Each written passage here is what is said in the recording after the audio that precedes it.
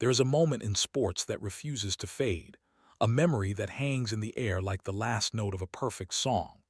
It is the summer of 1999, and the man who has been the most electrifying running back in the National Football League for a decade has just announced he is done.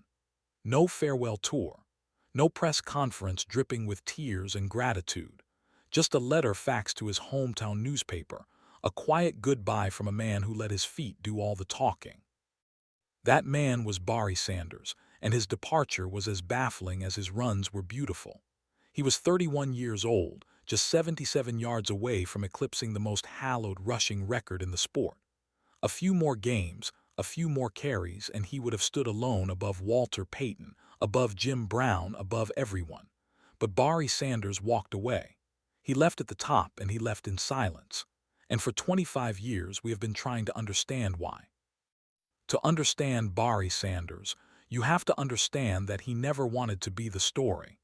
He wanted to be the game itself, the pure motion of football, the joy of making a defender miss in the open field. He grew up in Wichita, Kansas, the youngest of 11 children in a close-knit family. His father, William, worked as a roofer, and his mother, Shirley, stayed home to raise the kids. There was no money for fancy training camps or private coaches. Barry and his brothers would play pickup games in the street, using a crumpled-up sock when they did not have a real ball. He was small, barely 5 feet 6 inches tall as a teenager, and he did not look like a future superstar. But he had a gift. He could change direction in a blink, like a drop of water skittering across a hot pan. His high school coach at Wichita North, Jim Gush, saw it right away. He watched Barry run the ball in practice and could not believe his eyes. The kid was almost impossible to tackle, not because he was powerful, but because he was slippery, a ghost of a runner. Coach Gush told him that if he worked hard, he could maybe play college ball. Barry nodded quietly and then went out and rushed for over 1,000 yards in his senior season, despite splitting carries with another talented back. He was still overlooked by major programs. The big schools wanted size, speed, and highlight reel hits. Barry offered none of that. What he offered was something harder to measure: instinct. He ended up at Oklahoma State, a program that was not exactly a powerhouse. The Cowboys had a few good seasons, but mostly they were a stepping stone for bigger names. Barry arrived in Stillwater as an undersized freshman, so small that the coaching staff worried he might get hurt. They redshirted him his first year, letting him grow and learn the offense. The next season, he barely saw the field. But in 1988, everything changed. The starting running back went down with an injury, and Barry Sanders suddenly became the feature back. What followed was the single greatest season in the history of college football. He rushed for 2,628 yards. That is not a typo. In 11 games, he averaged over 230 yards per contest. He scored 37 rushing touchdowns. Then in the Holiday Bowl, he rushed for 222 yards and 5 more scores. The numbers were absurd, cartoonish. He won the Heisman Trophy by the largest margin in history. He did it all without a single word of bragging. After games, he would hand the ball to the referee, jog to the sideline, and sit down as if he had just been doing his job. His teammates loved him because he never acted like he was better than them. His opponents respected him because he never taunted or celebrated. He just ran, and then he vanished into the locker room. When the Detroit Lions drafted him 3rd overall in 1989, the football world was curious but skeptical. Could a small, quiet back from a mid-tier program survive the brutal physicality of the NFL? The naysayers pointed to his size, his slight frame, his lack of a power-running style. They did not understand that Barry Sanders was not a power runner. He was a magician. In his very first game, he took a handoff, slipped through a gap that did not seem to exist, and raced 50 yards for a touchdown. The crowd in the Silverdome went silent for a second, then erupted. They had never seen anything like it, and they never would again. Over the next 10 seasons, Barry Sanders would redefine what a running back could do. He did not run through tacklers. He ran around them, under them, over them when necessary. He would make a defender commit to a direction, then pivot on a dime and head the other way. His signature move was the jump cut, a sudden sideways hop that left linebackers grasping at air. He would stop, start, stop again, all while moving forward. It was like watching a jazz soloist improvise against a metronome. The defense knew what was coming. They stacked the box, called blitzes, and still he found a way. In 1997, at the age of 29, he rushed for 2,053 yards, the third-best single-season total in history. He was named the league's most valuable player, and he did it while playing for a team that was rarely in the playoffs, a team that had a quarterback named Scott Mitchell and a defense that gave up points like candy on Halloween. Barry Sanders carried the Lions on his back every single Sunday, and he never complained. But here is the thing about being the only superstar on a mediocre team. It wears you down. Not just physically, though the hits were brutal. He took a pounding. He was tackled behind the line of scrimmage more than any other running back in the league because Detroit's offensive line was inconsistent. He often had to make something out of nothing, and he did again and again. But the mental toll was worse. He was a private man in a job that demanded public performance. He hated the spotlight, hated the interviews, hated the constant scrutiny. Reporters would ask him the same questions week after week. How does it feel to be so great? Are you the best ever? Why do you smile when you score? He would answer in clipped sentences, often just one or two words. It was not rudeness, it was genuine discomfort. He wanted to be left alone to do his work. But the work was football, and football in America is a religion. The faithful wanted to worship him, and he did not want to be worshipped. He wanted to go home, read a book, spend time with his family. He kept his personal life fiercely guarded. He never had a public scandal, never had a bad season, never said a negative word about a teammate or coach. He was, by all accounts, a good man. And that made his retirement all the more shocking. In the summer of 1999, Barry Sanders was entering his 11th season. He had signed a contract extension the year before that would have kept him in Detroit through 2-0's Rotwo. The Lions were coming off a 5-1 season, but they had added some pieces, and there was cautious optimism. Barry showed up to training camp in July as he always did. He went through the drills, took the handoffs, smiled for the cameras. Then, on July 28th, he walked into the office of head coach Bobby Ross and told him he was retiring. Ross tried to talk him out of it. He reminded Barry that he was only 77 yards shy of breaking Walter Payton's all-time rushing record.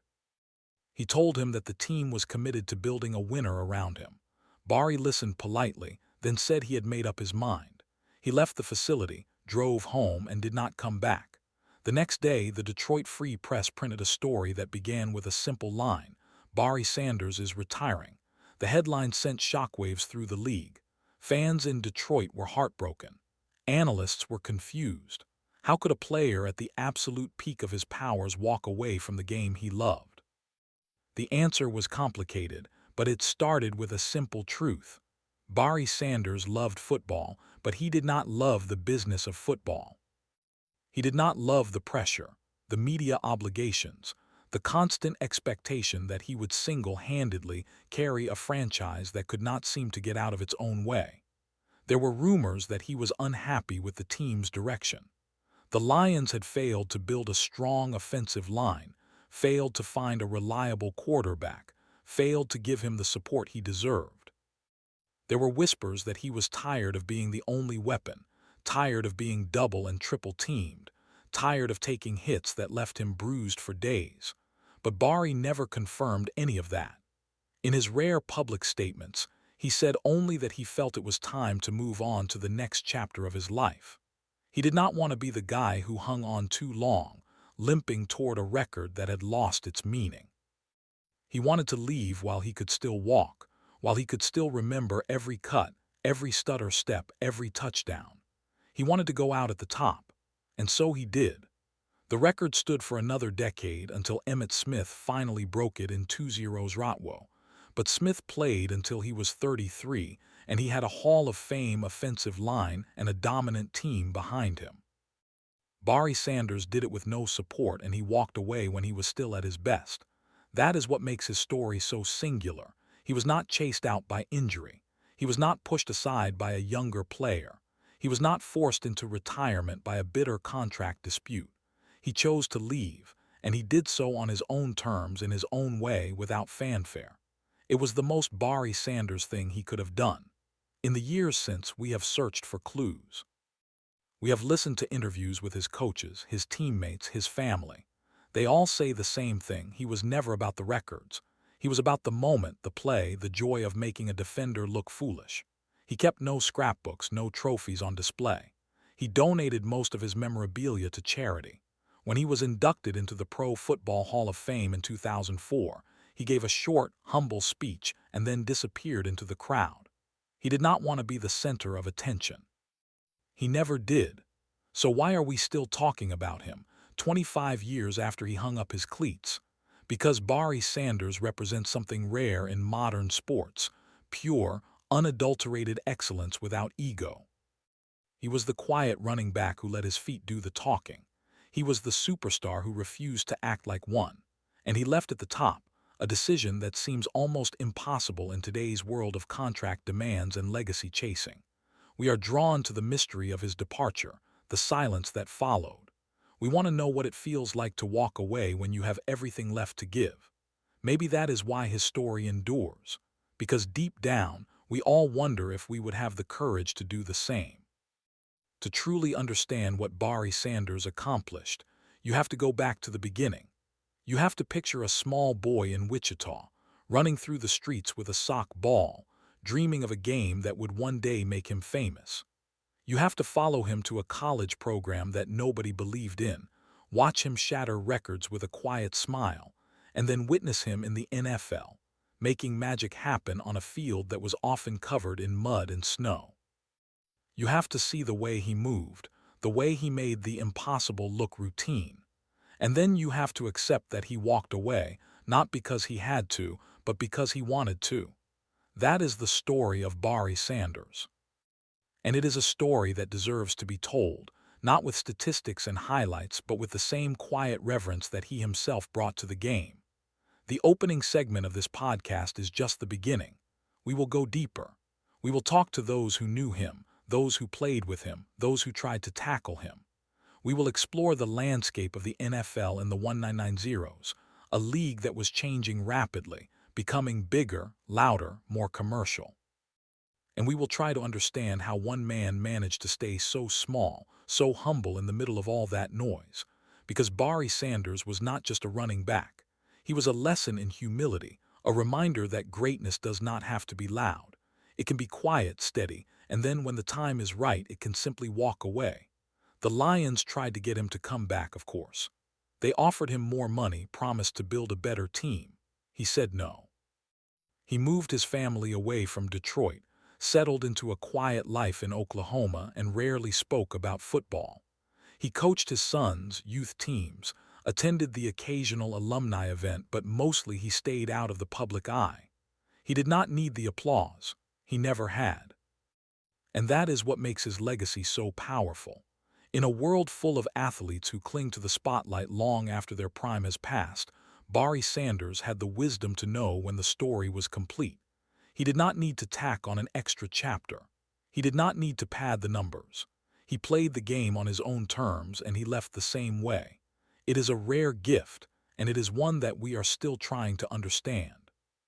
As we move through this podcast, we will look at the moments that defined him, the runs that still play in our minds like beautiful poetry, and the silence that followed. We will ask the questions that have lingered for decades. And maybe, just maybe, we will get a little closer to understanding the man behind the magic. For now, we sit with the mystery. We remember the sight of number 20 standing in the backfield, waiting for the snap. The defense is keyed in, the crowd is holding its breath. The ball is handed off and he disappears into a sea of bodies. And then somehow he emerges on the other side, untouched, sprinting toward the end zone. That is the image we hold onto. That is the memory that will not fade. That is Barry Sanders, the quiet running back who left at the top. But that image of number 20, gliding into the end zone, did not appear out of nowhere. It was forged in the streets of Wichita, Kansas, where a young boy named Barry Sanders spent hours chasing a dream no one else could see. He was the seventh of 11 children, born into a family that did not have much in the way of material wealth but overflowed with love and discipline. His father, William, was a roofer and a stern man who demanded hard work and humility. His mother, Shirley, was the quiet heart of the household, the one who made sure every child knew they were valued. Bari grew up in a small house on the north side of Wichita, sharing a room with his brothers, learning early that if you wanted something, you had to earn it. There was no free lunch in the Sanders household, and there was certainly no room for ego. He was a shy kid, the kind who avoided the spotlight even when he was a child. He did not crave attention, did not seek praise. He found his joy in the simple act of running. From the time he could walk, he was escaping out the back door, sprinting across the yard, dodging imaginary tackles. His siblings remembered him as a blur, a boy who seemed to always be in motion. He would take a sock, fill it with rags, tie it into a ball, and then spend hours playing football with his brothers and the neighborhood kids on the hard-packed dirt of the vacant lot down the street. They played two-hand touch, but Bari rarely got touched. He would juke, spin, and dash through the makeshift defense, leaving his older brothers gasping and frustrated. His father, William, saw something special, but he never said much about it. He believed that praising a child too much would only make them soft. So he watched from the porch, silent and proud, and let Bari find his own way. The way led to Wichita North High School, where Bari was a small, unassuming running back. He was not the biggest kid on the team, not the fastest in a straight line, but something happened when he carried the ball. The field seemed to open up for him. Defenders would reach for him and grasp air. He had a knack for making the first man miss, and then the second, and then suddenly he was gone. In his senior year, he rushed for over 2,000 yards, despite missing 2 games with an ankle injury. College recruiters started paying attention, but they were not exactly beating down his door. Bari was only 5'7" and weighed maybe 170 pounds soaking wet. He did not look like a future NFL star. He looked like a scatback, a gadget player, someone who might be fun to watch but not the foundation of a program. Most of the big schools passed him by. Oklahoma, Nebraska, Kansas State, they all took a look and moved on. So Bari stayed close to home, enrolling at Oklahoma State University, a school that had never won a national championship and was not exactly a launching pad for NFL careers. But Oklahoma State did have a running back coach named Pat Jones, and Pat Jones saw something others missed. He saw the vision, the patience, the shiftiness. He saw a kid who could take a simple off-tackle play and turn it into poetry. Bari redshirted his first year, learning the offense and getting stronger. In 1986, he got a few carries as a backup. In 1987, he shared the backfield with a senior named Thurman Thomas, who would later become a Hall of Famer himself. When Thurman left for the NFL, the job was Bari's. And in 1988, the college football world witnessed something it had never seen before. Bari Sanders rushed for 2,628 yards. That is not a typo. 2,628 yards. He averaged 7.6 yards per carry. He scored 37 rushing touchdowns. He added another 3 touchdowns on kick returns. He won the Heisman Trophy by the largest margin in history at that time, and he did it with a humility that baffled the media. When reporters asked him about his accomplishments, he shrugged and said the offensive line deserved the credit. When they pressed him about the record, he said he was just trying to help the team win. He did not talk about himself.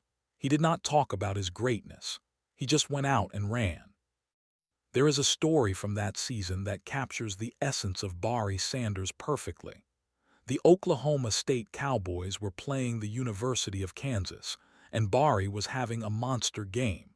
He had already rushed for over 200 yards, and the crowd was chanting his name.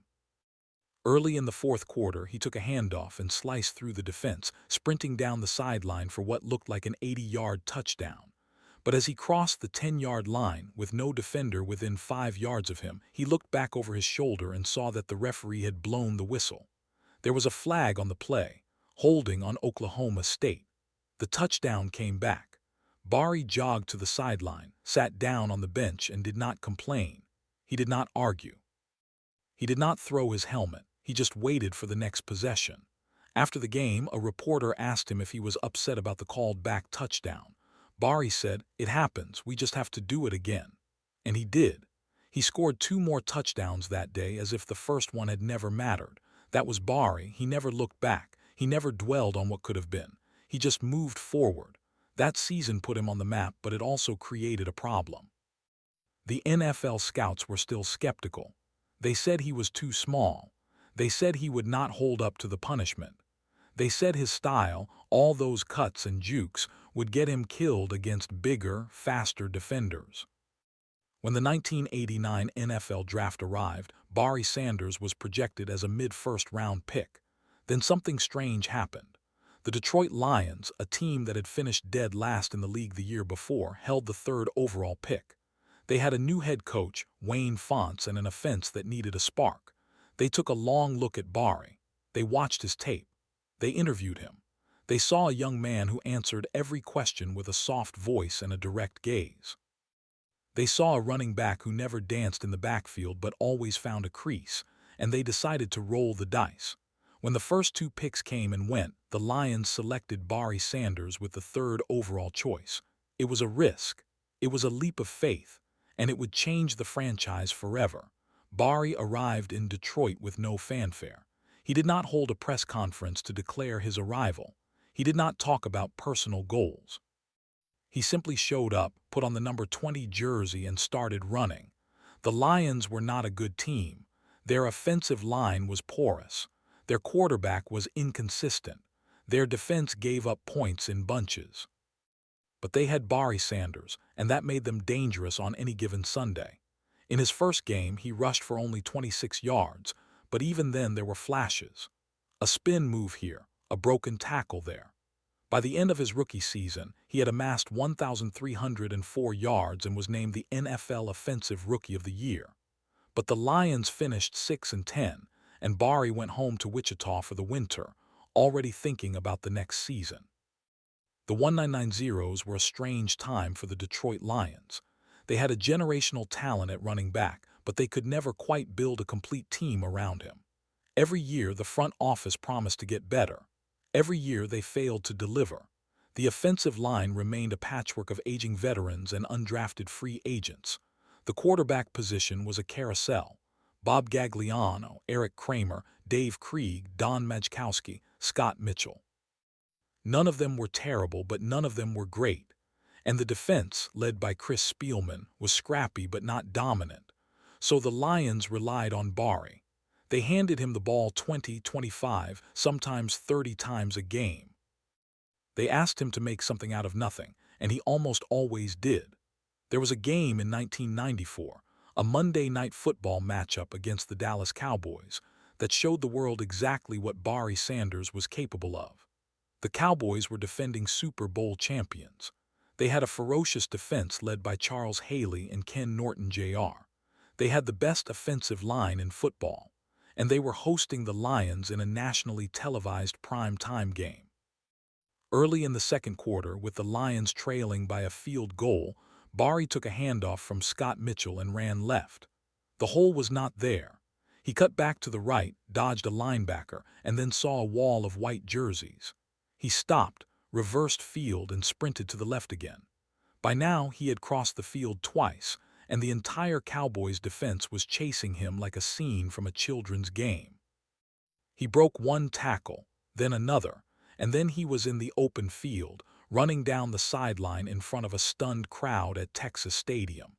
He ran for 70 yards, lunging into the end zone just before 2 defenders could drag him down.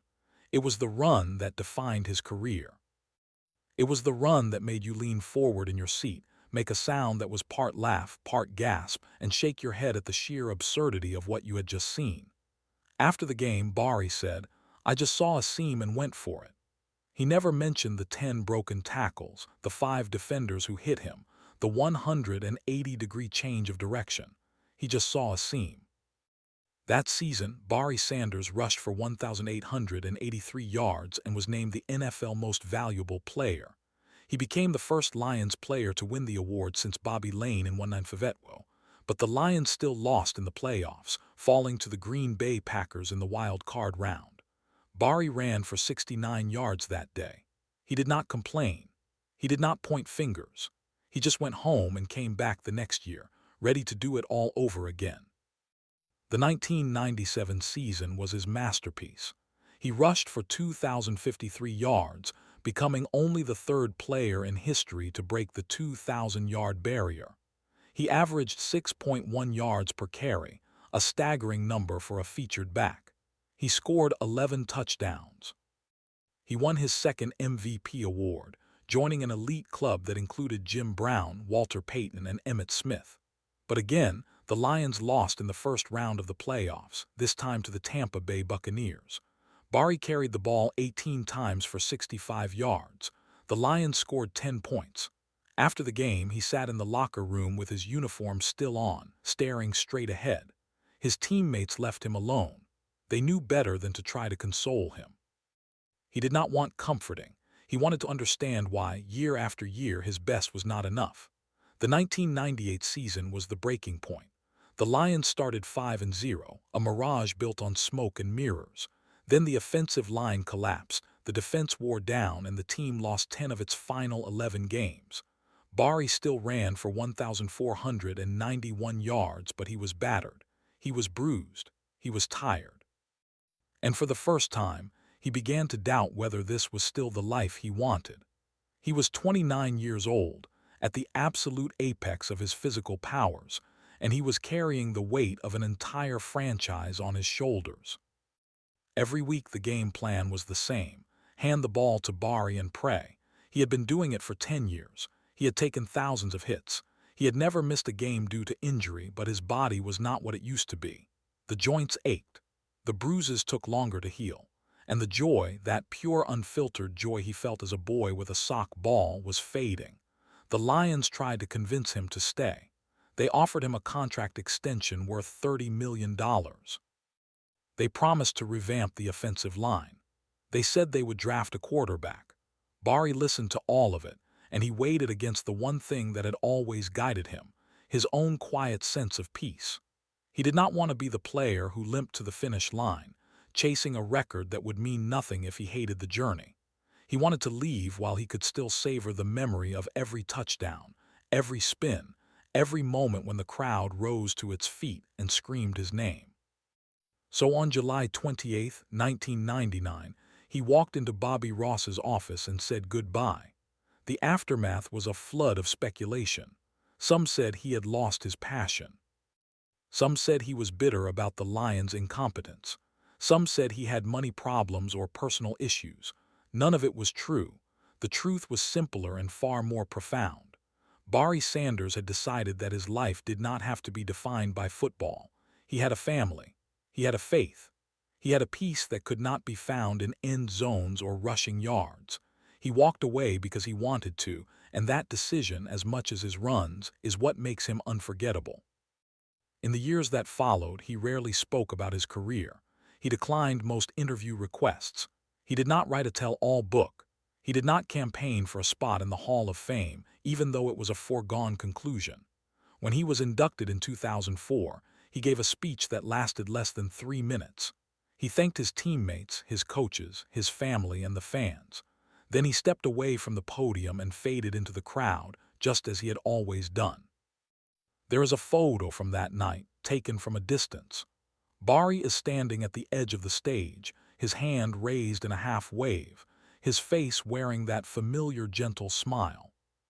He looks like a man who has been given a gift and is grateful for it, but also ready to let it go.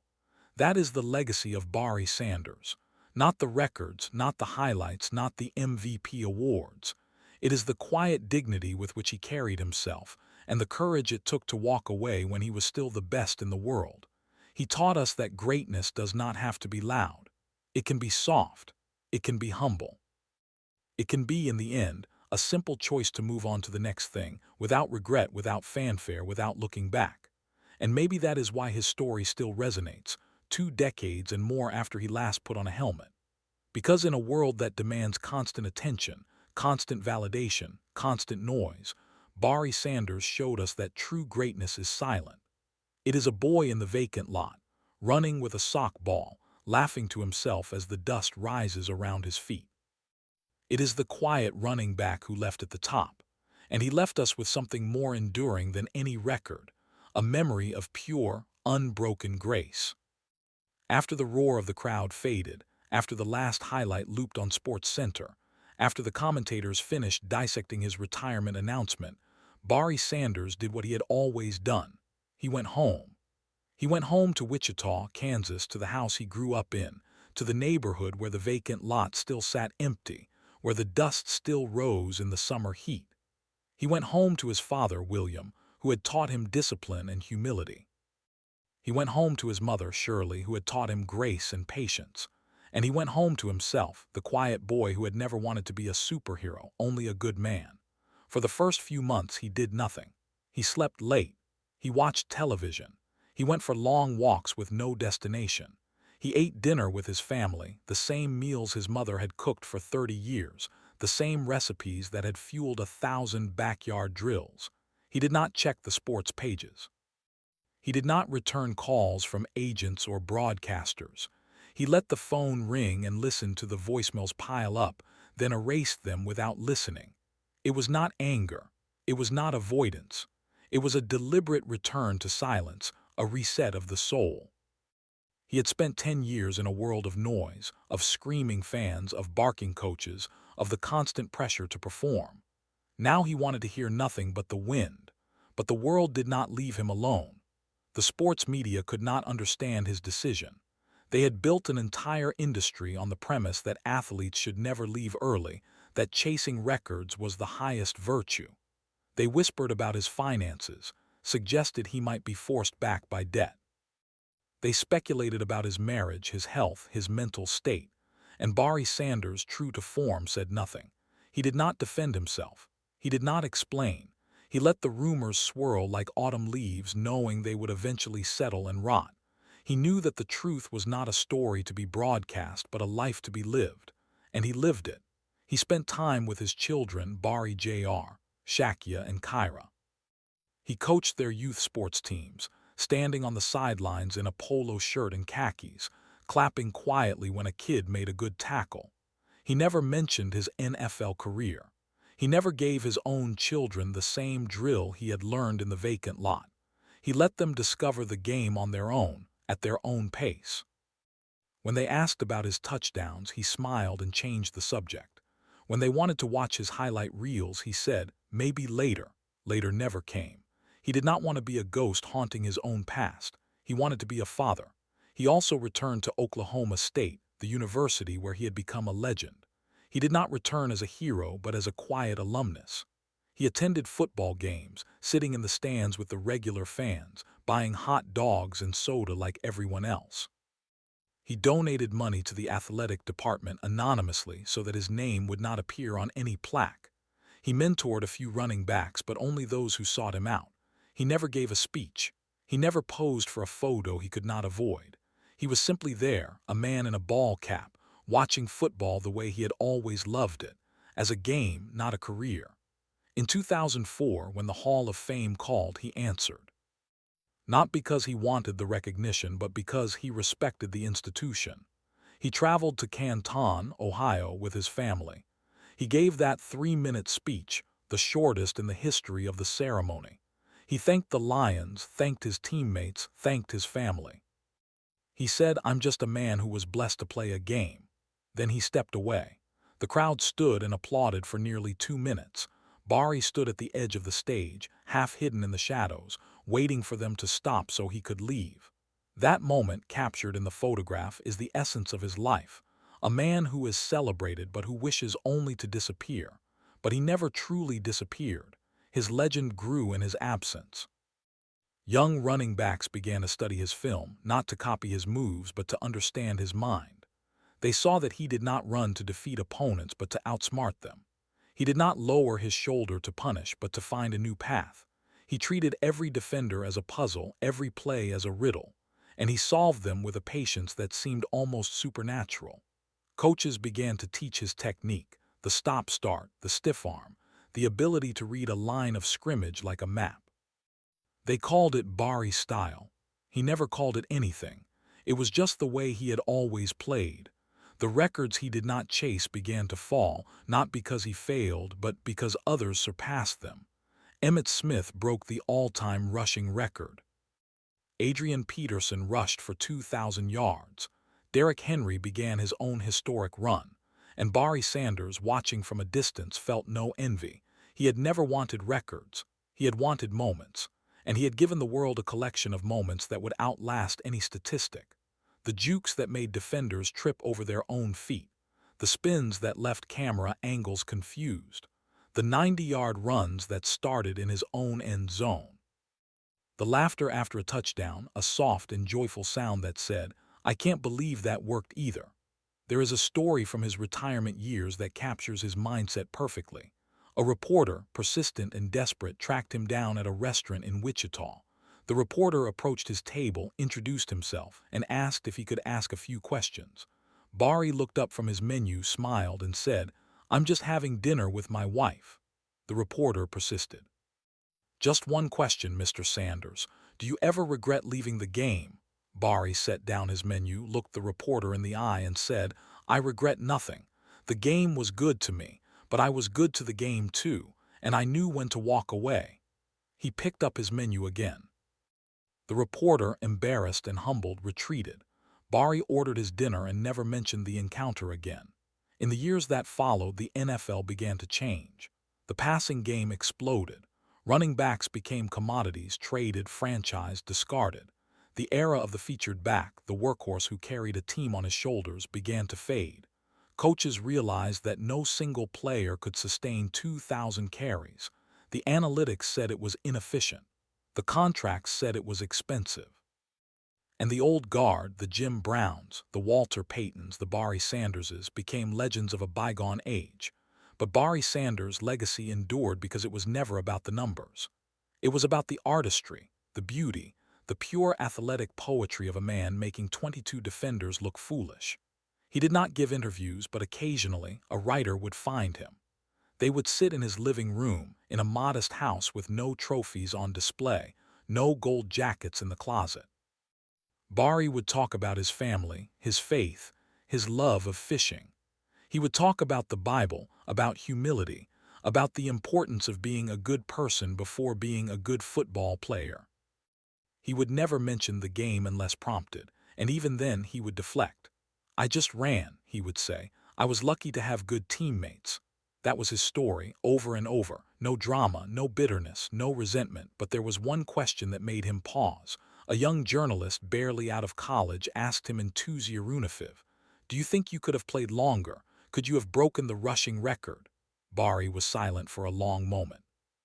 He looked out the window at the empty street, at the children playing in a cul-de-sac.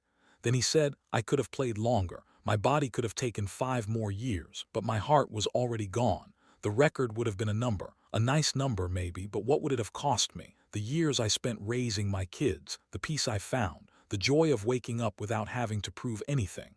He turned back to the journalist. "You ask if I could have. What you should ask is whether I should have. And I know the answer. I should not have, and I did not." That is the final truth of Barry Sanders. He did not leave because he was broken. He left because he was whole. He understood a secret that many athletes never learn, that identity is not the same as achievement. That worth is not measured in yards. That happiness is not found in a trophy case. He walked away from the highest peak of his profession because the view was not beautiful enough to stay. He wanted the valley, the quiet fields, the rivers of his own life. He wanted to be a father, a son, a friend, a stranger in a crowd. He wanted to be a man who had played a game, not a game that had played him. And so, decades later, when we talk about the greatest running backs of all time, Barry Sanders is always in the conversation. Not because he held the record, but because he held our imagination. He made us believe that football could be art, that a run could be a dance, that a player could be humble and still be the best. He proved that greatness does not need a crown. It only needs a vacant lot, a sock ball, and a boy who runs for the joy of running. The quiet running back who left at the top. He did not leave a void. he left a lesson. And that lesson echoes still, in every young player who chooses to be a good teammate over a star, in every coach who teaches patience and vision over force, in every fan who watches an old highlight and shakes their head, not in disbelief, but in wonder. Barry Sanders is gone from the field, but he is still running. In the memories, in the stories, in the soft smile of a man who knew exactly who he was. And he is still, quietly, the best there ever was. And yet, for all his quiet, for all his deliberate invisibility, Barry Sanders could not escape the gravitational pull of his own legend. In 2019, the Detroit Lions honored him at Ford Field during a home game against the Kansas City Chiefs.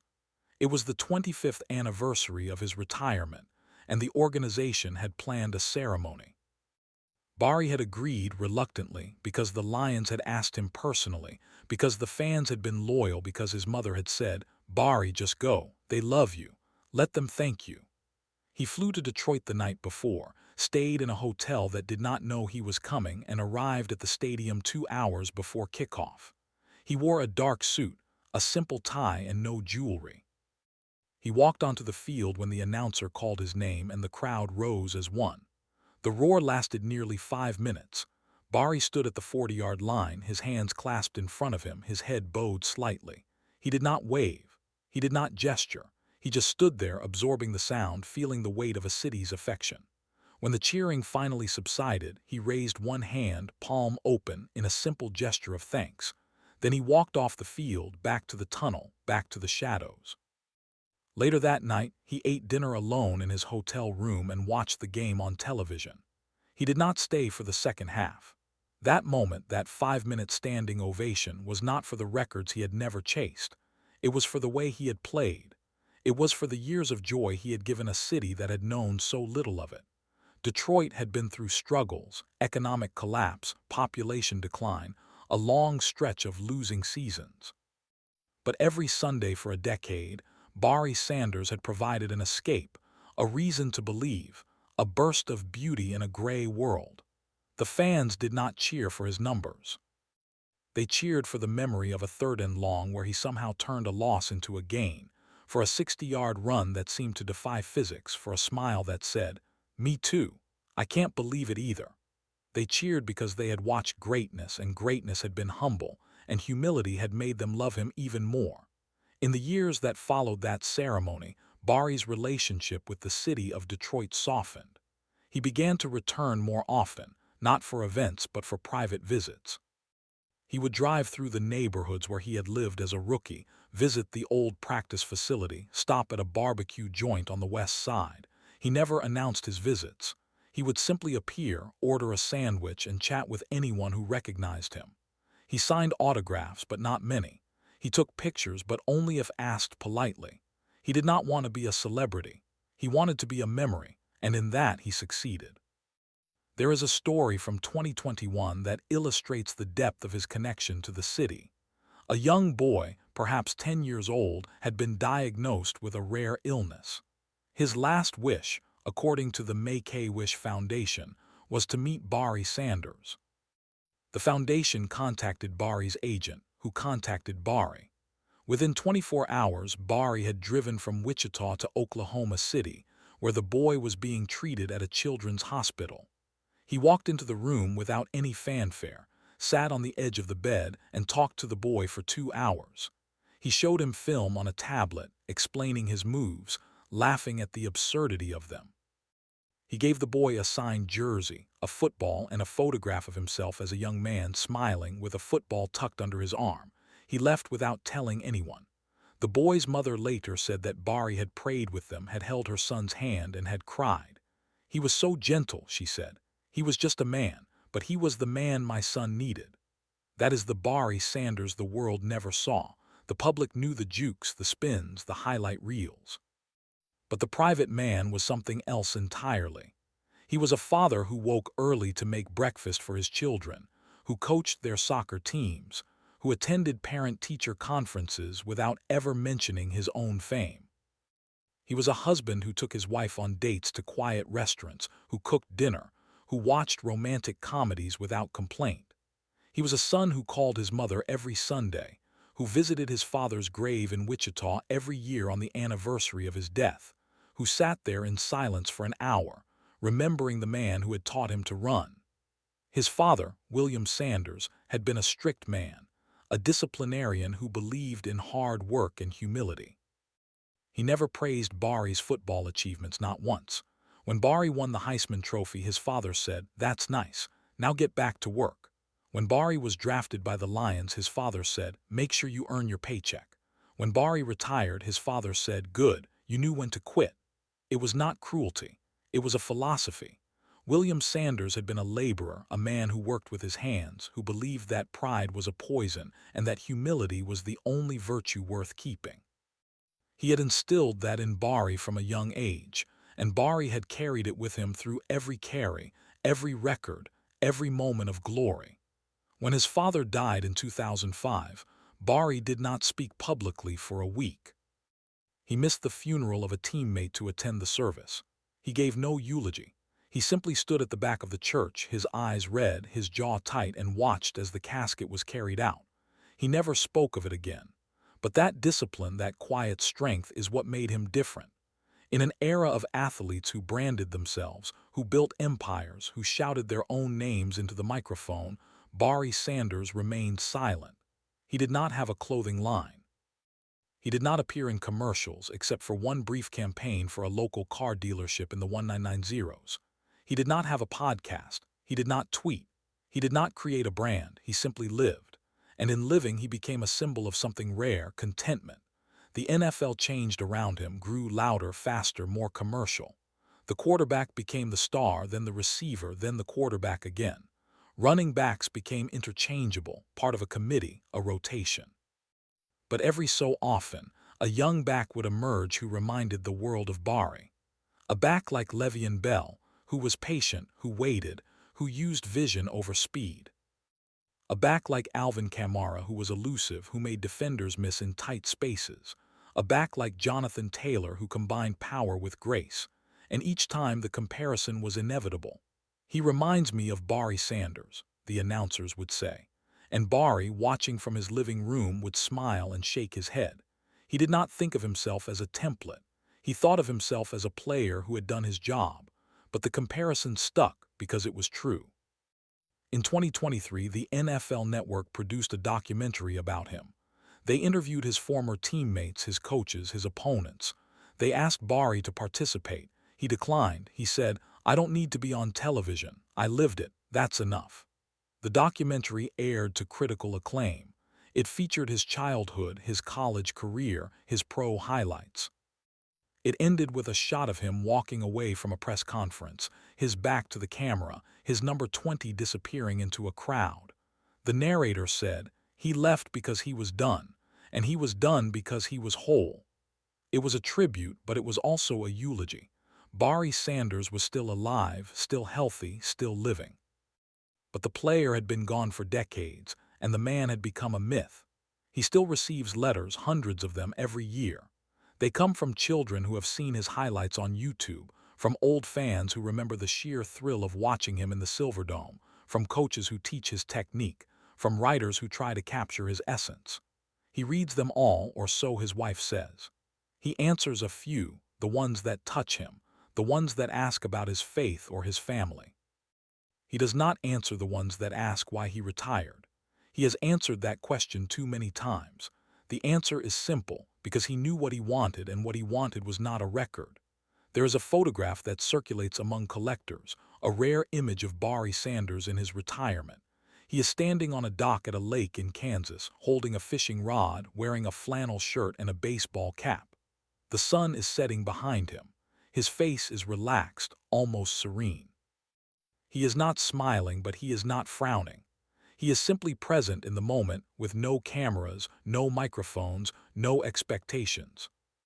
That photograph is worth more than any game-worn jersey, more than any signed football, because it captures the truth. Bari Sanders did not leave the game. He left the noise. He left the pressure. He left the obligation to be something other than himself. And in that leaving, he found everything he had never looked for. Now, as the years pass, the memory of his playing days grows softer, more golden. Children born after he retired know him only through old clips and stories. They see a running back who did not celebrate, who did not boast, who handed the ball to the referee after every touchdown and walked back to the huddle.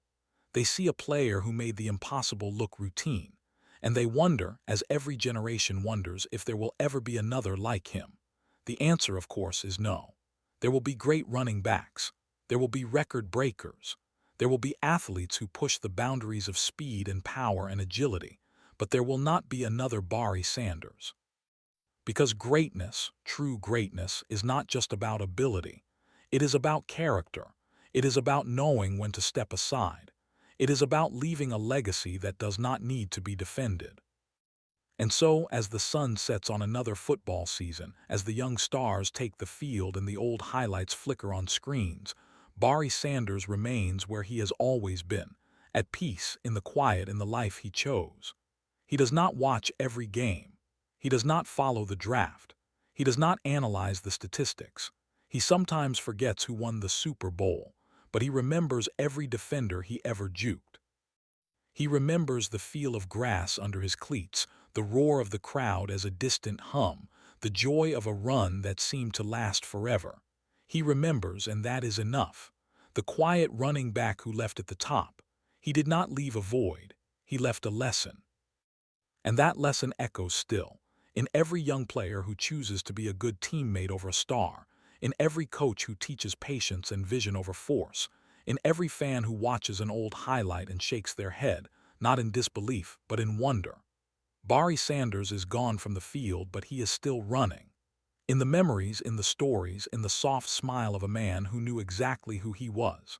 And he is still, quietly, the best there ever was.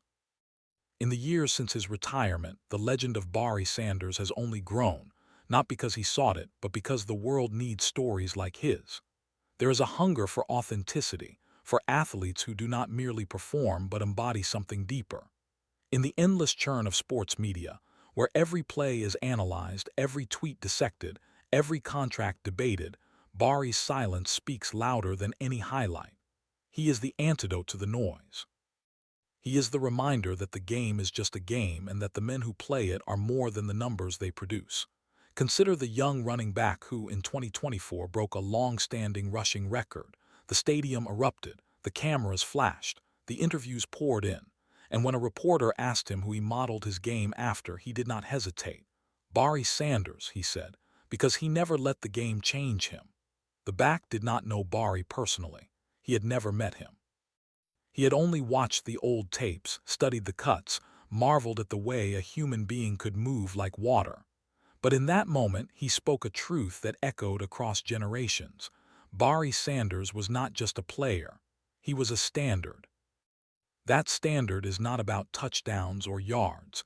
It is about how you carry yourself when no one is watching. It is about the discipline to walk away from the spotlight, to choose a life of quiet Sundays over the roar of a stadium. It is about the humility to let your work speak for itself, and then to let it go. Barry Sanders did not need to be remembered. He simply was, and because he was, he became unforgettable. There is a story that few people know, one that Barry's wife shared with a close friend years after his retirement. It happened on a Tuesday afternoon, a gray day in Michigan. Barry was in the backyard playing catch with his youngest son. The boy was 11, old enough to understand his father's past but young enough to be unimpressed by it. They threw the football back and forth, a simple rhythm, a father and a son. Then the boy stopped and asked, "Dad, do you ever miss it?" Barry took a long time to answer. He looked at the football in his hands, its laces worn, its leather soft. He looked at his son, his clear eyes, his patient stance. And then he said, "I miss the feeling of being on the field, but I don't miss what came with it." "Do you know what I mean?" The boy nodded. He did not fully understand, not then. But he would, years later, when he grew up and heard his father's name spoken with reverence, when he saw the old highlights on a screen, when he realized that his father was not just a man but a myth. He would understand that his father had traded glory for peace, and that peace was a victory far greater than any championship. The NFL has changed again since Barry's day.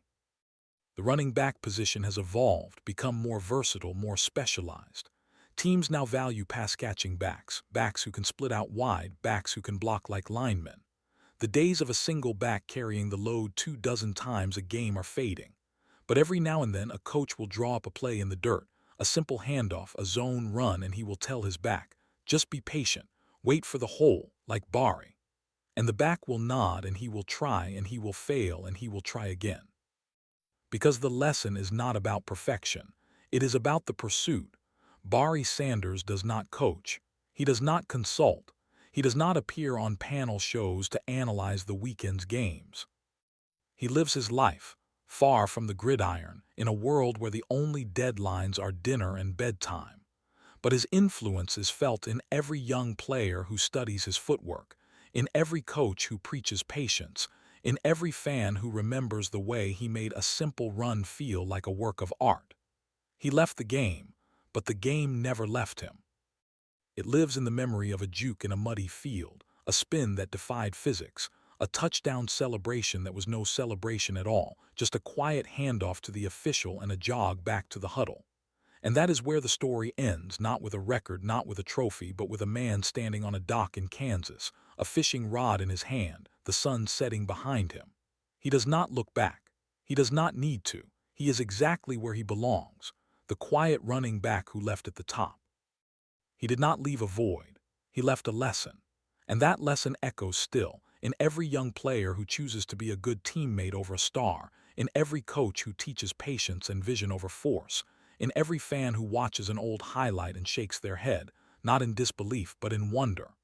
Barry Sanders is gone from the field, but he is still running. In the memories, in the stories, in the soft smile of a man who knew exactly who he was. And he is still, quietly, the best there ever was.